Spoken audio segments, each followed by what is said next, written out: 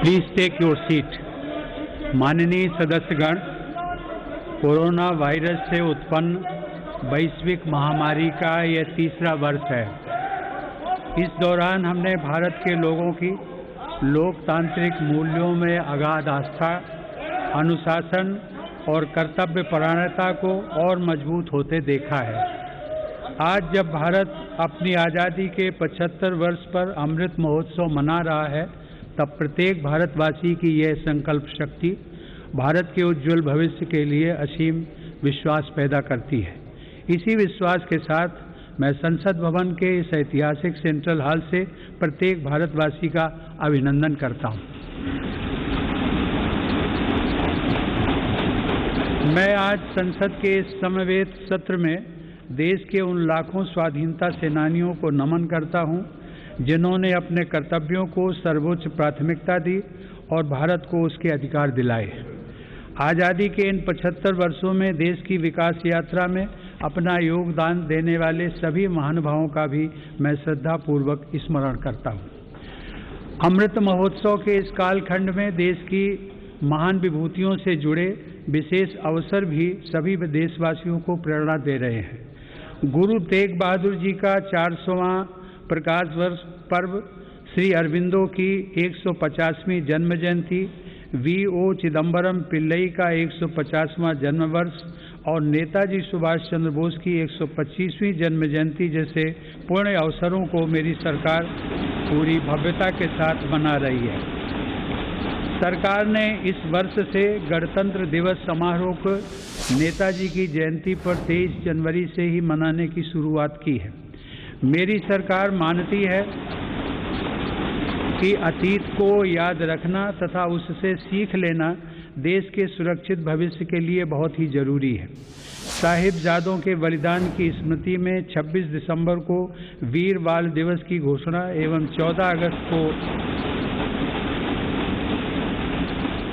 14 अगस्त को विभाजन विभीषिका स्मृति दिवस इसी सोच का परिचायक है। सरकार ने भगवान बिरसा मुंडा को श्रद्धांजलि स्वरूप उनके जन्म दिवस 15 नवंबर को जनजातीय गौरव दिवस के रूप में मनाने का भी निर्णय लिया। माननीय सदस्यगण, आज़ादी का अमृत महोत्सव हम सभी भारतीयों के लिए अगले 25 वर्षों के संकल्पों को आकार देने का पवित्र अवसर है। मेरी सरकार सबका साथ, सबका विकास, सबका विश्वास और सबका प्रयास के मंत्र पर चलते हुए अगले 25 वर्षों के लिए मजबूत बुनियाद पर तेजी से काम कर रही है। इस बुनियाद का सबसे महत्वपूर्ण संकल्प एक सर्वसमावेशी, सर्वहितकारी, सशक्त भारत का निर्माण और देश की आत्मनिर्भरता है। कोरोना के इस कठिन समय की चुनौतियों ने देशवासियों को अपने लक्ष्यों को जल्द से जल्द प्राप्त करने के लिए प्रेरित किया है। माननीय सदस्यगण, कोरोना महामारी ने पूरी दुनिया को प्रभावित किया है और भारत में भी हमारे बहुत से अपनों को हमसे छीना है। इन परिस्थितियों में केंद्र से लेकर राज्यों तक हमारी सभी सरकारों, स्थानीय शासन और प्रशासन, हमारे डॉक्टर्स, नर्सेज और हेल्थ वर्कर्स, हमारे वैज्ञानिकों और उद्यमियों सभी ने एक टीम के रूप में काम किया है।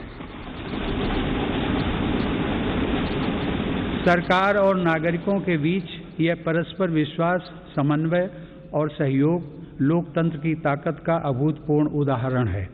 इसके लिए मैं देश के प्रत्येक हेल्थ और फ्रंट लाइन वर्कर का, हर देशवासी का अभिनंदन करता हूं। कोविड-19 के खिलाफ इस लड़ाई में भारत के सामर्थ्य का प्रमाण कोविड वैक्सीनेशन प्रोग्राम में नजर आया है। हमने 1 साल से भी कम समय में 150 करोड़ से भी ज़्यादा वैक्सीन डोज लगाने का रिकॉर्ड पार किया है। आज हम पूरी दुनिया में सबसे ज़्यादा वैक्सीन डोज देने वाले अग्रणी देशों में से एक हैं। इस अभियान की सफलता ने देश को एक ऐसा रक्षा कवच दिया है जिससे हमारे नागरिकों की सुरक्षा भी बढ़ी है और उनका मनोबल भी बढ़ा है। आज देश में 90% से अधिक वयस्क नागरिकों को टीके की 1 डोज मिल चुकी है, जबकि 70% से अधिक लोग दोनों डोज ले चुके हैं। हर घर दस्तक अभियान के माध्यम से सरकार बाकी लोगों तक भी पहुंच रही है। इसी माह वैक्सीनेशन प्रोग्राम में 15 से 18 वर्ष तक के किशोर किशोरियों को भी शामिल किया गया है।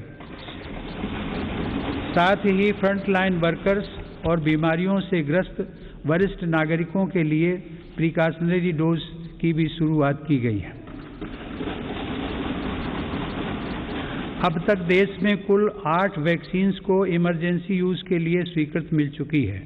भारत में बन रही 3 वैक्सीन्स को विश्व स्वास्थ्य संगठन की तरफ से आपात स्थिति में उपयोग की मंजूरी भी मिली है।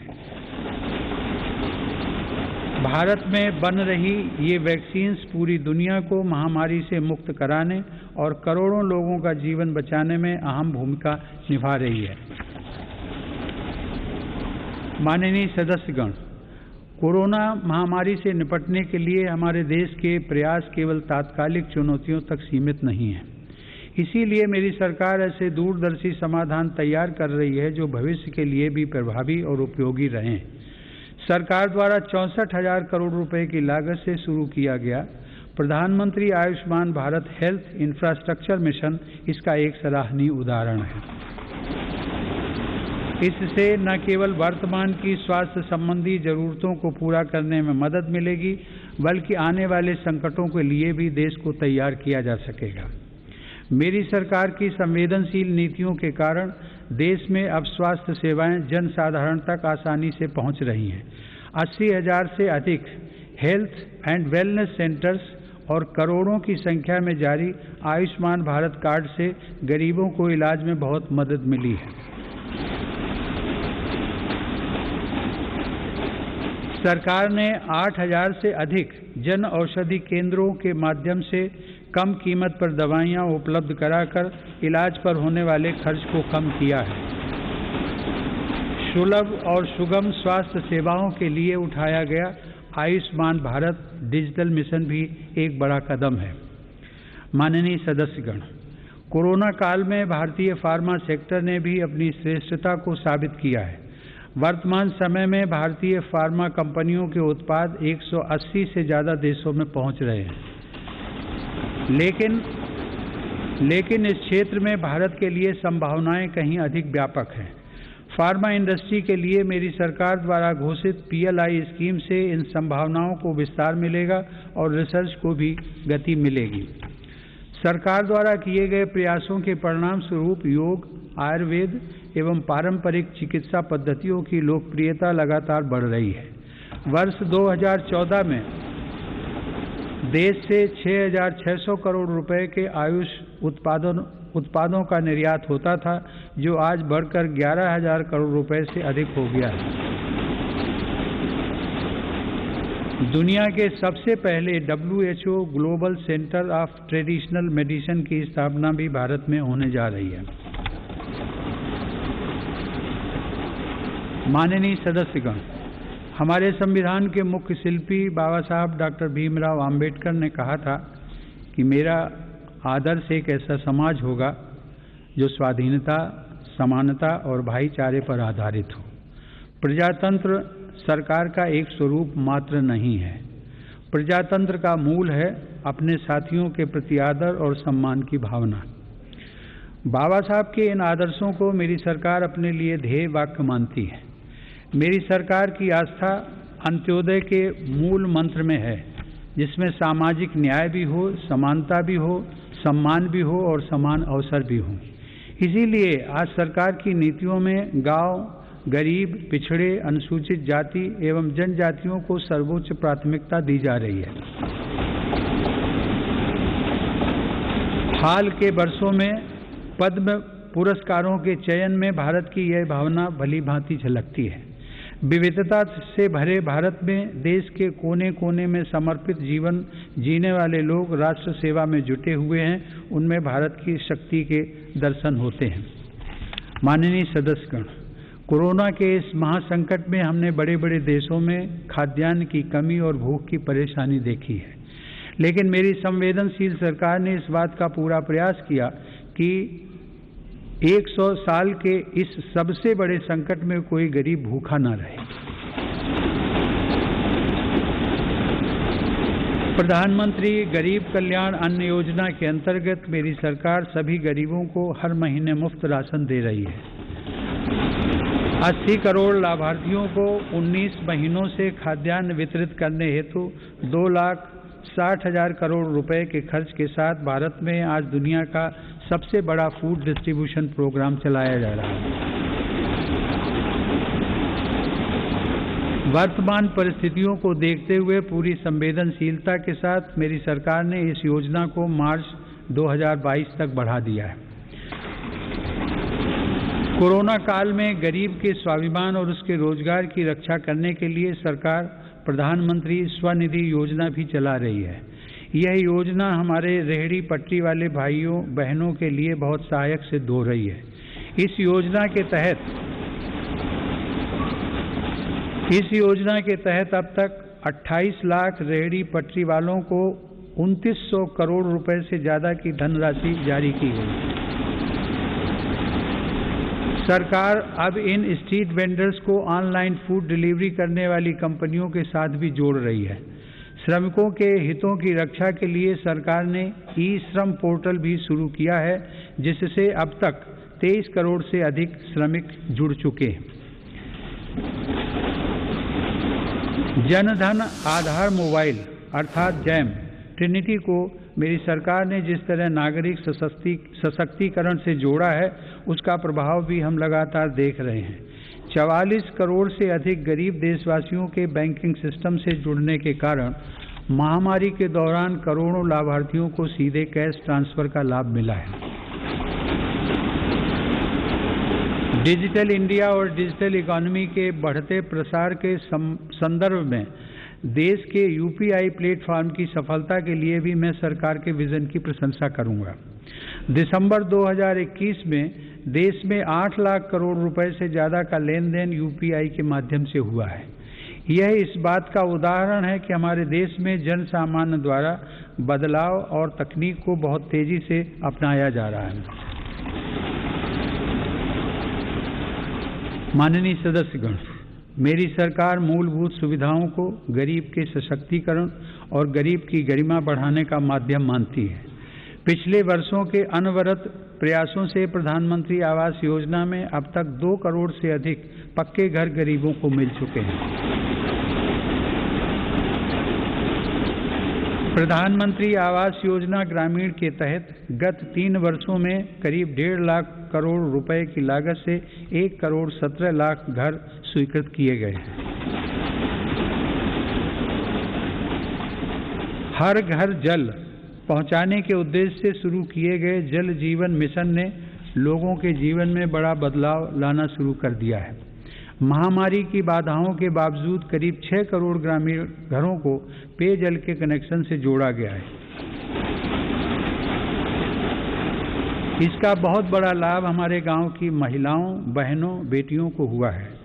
ग्रामीण क्षेत्रों में लोगों को उनकी संपत्ति के दस्तावेज देने के लिए शुरू की गई स्वामित्व योजना भी एक असाधारण प्रयास है।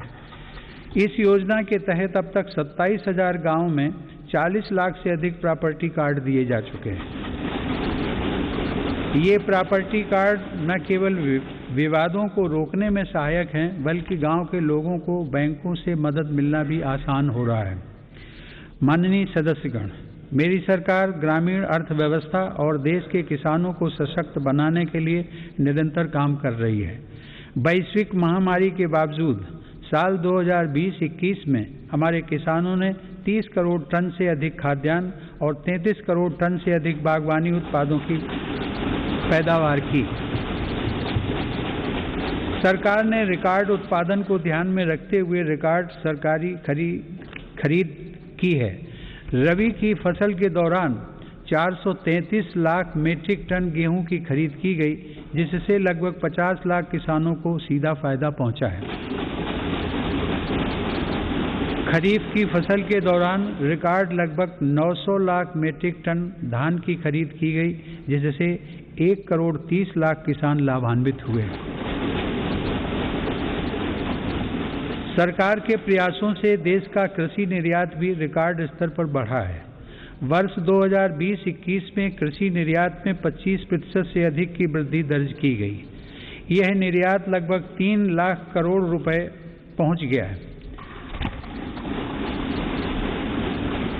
हार्टिकल्चर और शहद उत्पादन भी किसानों के लिए आमदनी के नए स्रोतों और बाजार तक उनकी बढ़ती पहुंच के महत्वपूर्ण माध्यम हैं।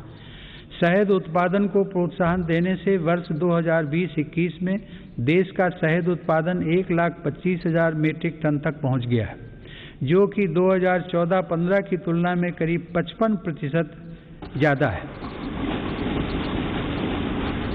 2014-15 की तुलना में शहद की निर्यात मात्रा में भी 102% से ज़्यादा की वृद्धि दर्ज की गई है। किसानों को उनकी फसल के अधिक दाम मिले, इसके लिए उनके उत्पादों का सही बाजार तक पहुंचना जरूरी होता है। इस दिशा में सरकार ने किसान रेल सेवा शुरू करते हुए किसानों के लिए खुशहाली के नए रास्ते खोलने का काम किया है।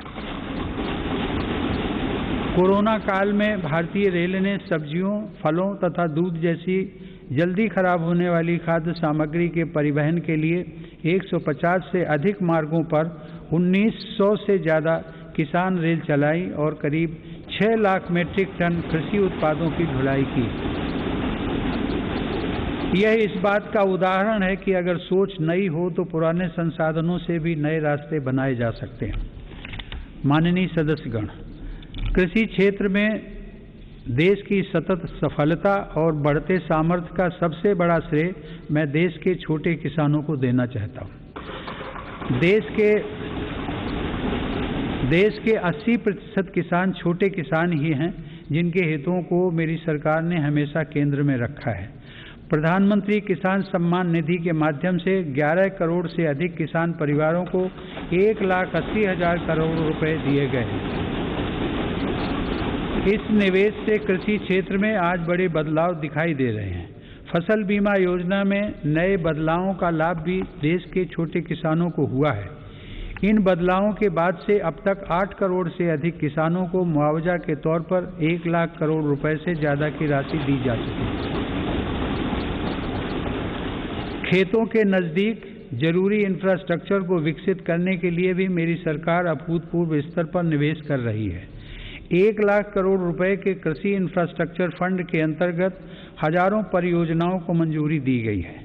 मेरी सरकार ने खाद्य तेल में आत्मनिर्भरता को ध्यान में रखते हुए 11,000 करोड़ रुपए की लागत से national mission on edible oils, oil palm की शुरुआत भी की है। सरकार ऑर्गेनिक खेती, प्राकृतिक खेती और क्रॉप डाइवर्सिफिकेशन जैसे विशेष प्रयास भी कर रही है। यह आप सभी की जानकारी में है कि संयुक्त राष्ट्र ने वर्ष 2023 को इंटरनेशनल ईयर ऑफ मिलेट्स के रूप में घोषित किया है। मेरी सरकार इंटरनेशनल ईयर ऑफ मिलेट्स को देश के किसानों, self help groups, FPOs, food industry और जन सामान्य के साथ मिलकर व्यापक स्तर पर मनाएगी। मेरी सरकार वर्षा जल संरक्षण के लिए भी गंभीरता से काम कर रही है। देश में रेन वाटर हार्वेस्टिंग इंफ्रास्ट्रक्चर के निर्माण और पारंपरिक जल स्रोतों के जीर्णोद्धार के लिए विशेष अभियान चलाए जा रहे हैं। प्रधानमंत्री कृषि सिंचाई योजना के तहत विभिन्न परियोजनाओं और अटल भू जल योजना की मदद से देश में 64 लाख हेक्टेयर सिंचाई क्षमता विकसित की गई है। नदियों को आपस में जोड़ने की योजनाओं पर भी सरकार ने काम आगे बढ़ाया है। हाल ही में 45,000 करोड़ रुपए की लागत से पूरी होने वाली केन बेतवा लिंक परियोजना को भी स्वीकृति दी गई है। यह परियोजना बुंदेलखंड में पानी की चुनौतियों को समाप्त करने में सहायक होगी। माननीय सदस्यगण, ग्रामीण अर्थव्यवस्था को गति देने में महिलाओं की भूमिका अधिक विस्तृत होती जा रही है। 2021-22 में 28 लाख सेल्फ हेल्प ग्रुप्स को बैंकों की तरफ से 65,000 करोड़ रुपए की मदद दी गई है। यह राशि 2014-15 की तुलना में 4 गुना अधिक है। सरकार ने हजारों महिला सेल्फ हेल्प ग्रुप्स के सदस्यों को ट्रेनिंग देकर उन्हें बैंकिंग सखी के रूप में भागीदार भी बनाया है। ये महिलाएं ग्रामीण क्षेत्रों में बैंकिंग सेवाओं को घर घर तक पहुंचाने का माध्यम बन रही हैं। महिला सशक्तिकरण मेरी सरकार की उच्च प्राथमिकताओं में से एक है। उज्ज्वला योजना की सफलता के हम सभी साक्षी हैं। मुद्रा योजना के माध्यम से हमारे देश की माताओं बहनों की उद्यमिता और कौशल को बढ़ावा मिला है। बेटी बचाओ बेटी पढ़ाओ पहल से अनेक सकारात्मक परिणाम सामने आए हैं और स्कूलों में प्रवेश लेने वाली बेटियों की संख्या में उत्साहजनक वृद्धि हुई है। बेटे बेटी को समानता का दर्जा देते हुए मेरी सरकार ने महिलाओं के विवाह के लिए न्यूनतम आय को 18 वर्ष से बढ़ाकर पुरुषों के समान 21 वर्ष करने का विधेयक भी संसद में प्रस्तुत किया है। सरकार ने 3 तलाक को कानूनन अपराध घोषित कर समाज को इस कुप्रथा से मुक्त करने की शुरुआत की है। मुस्लिम महिलाओं पर केवल मेहरम के साथ ही हज यात्रा करने जैसे प्रतिबंधों को भी हटाया गया है। वर्ष 2014 से पूर्व अल्पसंख्यक वर्ग के लगभग 3 करोड़ विद्यार्थियों को छात्रवृत्तियां दी गई थी, जबकि मेरी सरकार ने वर्ष 2014 से अब तक ऐसे 4.5 करोड़ से अधिक विद्यार्थियों को छात्रवृत्तियां प्रदान की।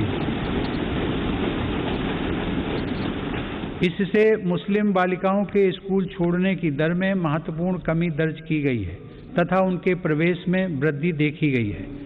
देश की बेटियों में सीखने की क्षमता को बढ़ावा देने के लिए राष्ट्रीय शिक्षा नीति में जेंडर इंक्लूजन फंड का भी प्रावधान किया गया है।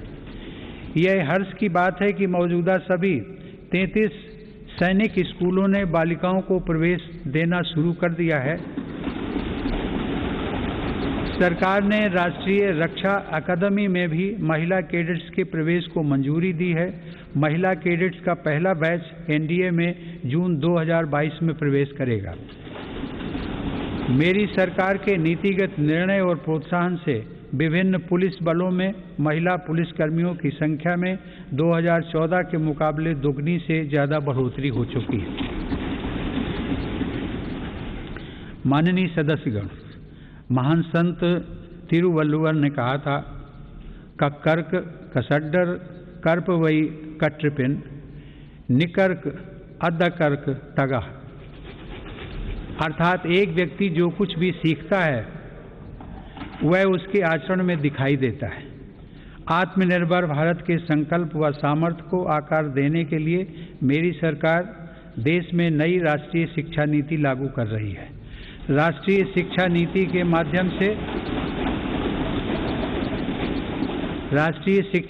के माध्यम से स्थानीय भाषाओं को भी प्रोत्साहित किया जा रहा है। स्नातक पाठ्यक्रमों की महत्वपूर्ण प्रवेश परीक्षाएं भारतीय भाषाओं में भी संचालित करने पर जोर दिया जा रहा है।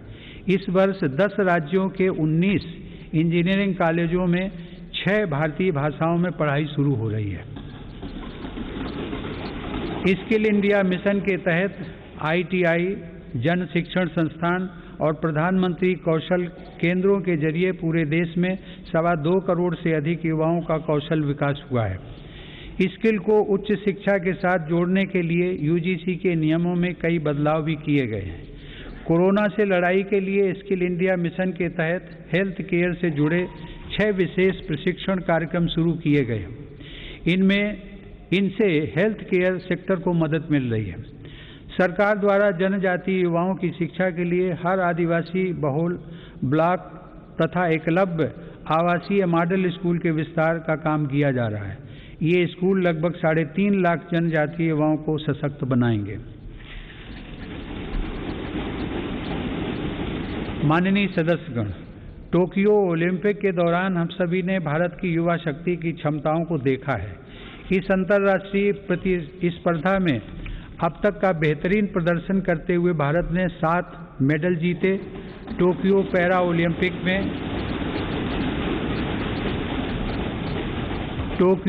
ओलंपिक में भी भारतीय पैरा एथलीटों ने 19 पदक जीतकर रिकॉर्ड कायम किया। ओलंपिक प्रतिस्पर्धाओं तथा खेलकूद में भारत की उपस्थिति मजबूत करने के लिए केंद्र सरकार, राज्य सरकारों के साथ मिलकर देश में सैकड़ों खेलो इंडिया केंद्र स्थापित कर रही है। पैरा स्पोर्ट्स में दिव्यांग युवाओं को ट्रेनिंग देने के लिए सरकार ने ग्वालियर में आधुनिक सुविधाओं से युक्त सेंटर फॉर डिसेबिलिटी स्पोर्ट्स की स्थापना भी की है। माननीय सदस्यगण, दिव्यांगजनों के लिए सुगमता, समानता और सम्मानपूर्ण जीवन के अवसर प्रदान करना एक समाज के रूप में हमारी सामूहिक जिम्मेदारी है। इस दिशा में आज सुगम्य भारत अभियान हमारी राष्ट्रीय संवेदना का परिचय दे रहा है। दिव्यांगजनों का जीवन बदलने के लिए देश में निःशुल्क सहायक उपकरणों से लेकर कॉकलियर इम्प्लांट सर्जरी जैसे प्रोग्राम चलाए जा रहे हैं। इन कार्यक्रमों के अंतर्गत अब तक 25 लाख से अधिक दिव्यांग व्यक्तियों को सहायता उपकरण उपलब्ध करवाए गए और करीब 4000 सफल कॉकलियर इम्प्लांट किए गए। इन्हीं प्रयासों को आगे बढ़ाते हुए सरकार ने मध्य प्रदेश में national institute of mental health rehabilitation की स्थापना भी की है। दिव्यांग युवाओं के भविष्य के लिए 10,000 शब्दों की इंडियन साइन लैंग्वेज डिक्शनरी भी बनाई गई है। माननीय सदस्यगण, हमारा स्टार्टअप इकोसिस्टम हमारे युवाओं के नेतृत्व में तेजी से आकार ले रही अनंत नई संभावनाओं का उदाहरण है। वर्ष 2016 से हमारे देश में